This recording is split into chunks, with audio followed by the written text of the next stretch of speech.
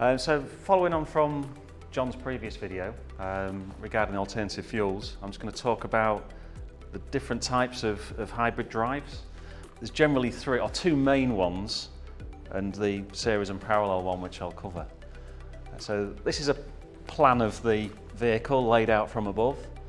So in a series drive, the actual engine itself, the petrol engine or diesel engine in some circumstances, does not drive the wheels at all, driven by a motor. So the motor takes power from the high voltage battery, the hybrid battery. All the engine actually does is drive a generator via obviously a fuel tank, so you are using fuel, which generates electricity for the battery, which then powers the motor. So the engine has no bearing on the actual drive to the wheels at all. Benefits of these, this engine, instead of in a conventional engine where you accelerate and decelerate, you can run the engine at the most optimum fuel economy mode. So it doesn't have to be high revs, low revs, it's wherever the engine is most efficient, spins its generator around, charges the battery. These vehicles as well generally have a larger battery, so they'll drive on battery for quite a while, and then the engine can kick in, when need be. So downsides to these, they're not as efficient as the parallel ones on sort of longer journeys, high speed. These are great for sort of round town. So if you're thinking of buying a hybrid, there's quite a few different types. This is probably more suited to you if you're round town, city centres.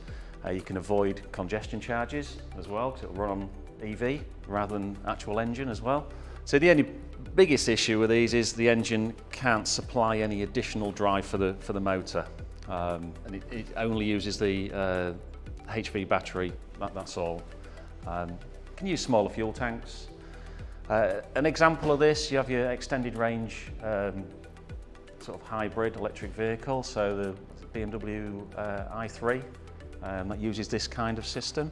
So not as complicated as the others, generally a little bit cheaper to manufacture, so you can put this into smaller vehicles as well. Or a large vehicle, doesn't really matter. You can run buses, trucks, it doesn't really matter on these. Moving on to the parallel drive. So this one, you have the engine and the motor actually in tandem together.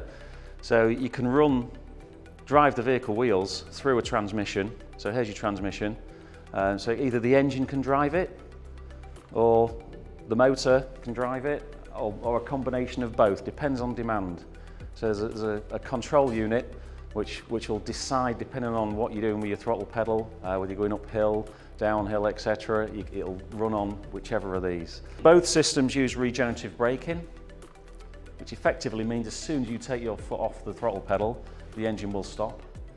It'll simulate engine braking, but it turns the motor into a generator. So that motor will generate electricity and pass it back to charge the high voltage battery.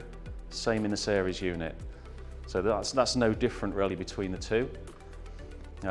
So benefits of these, so the engine can provide power, the motor can also boost the power. Lower speeds, and for a short period of time you can run on the motor alone. Not as much as the series system.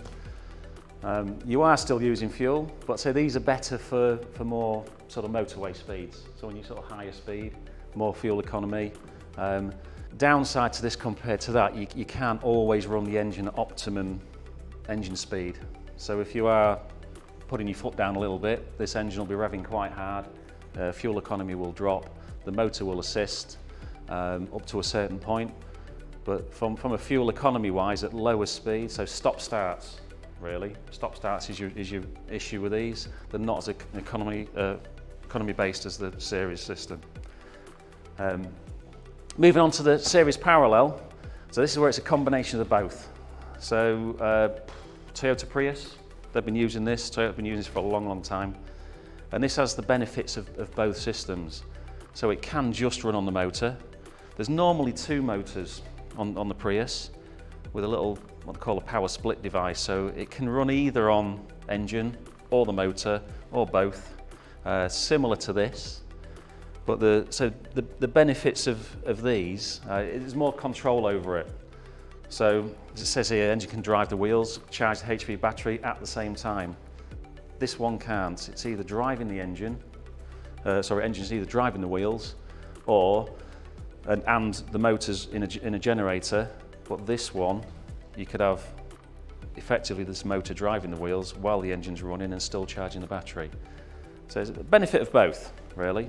So it's a matter of opinion which is the best systems to use. It depends what your preferences are.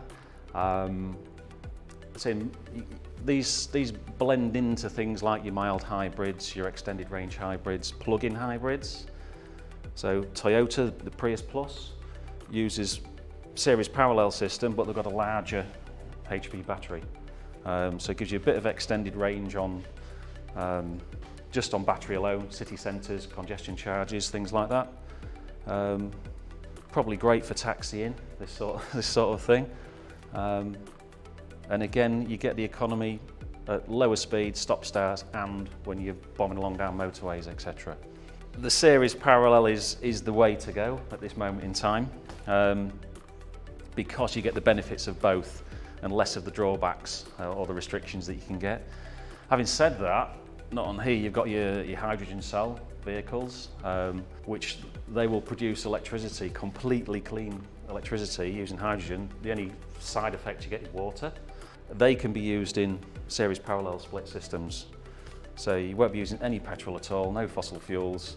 Obviously there are some safety aspects with hydrogen cells, so they're developing those at the moment.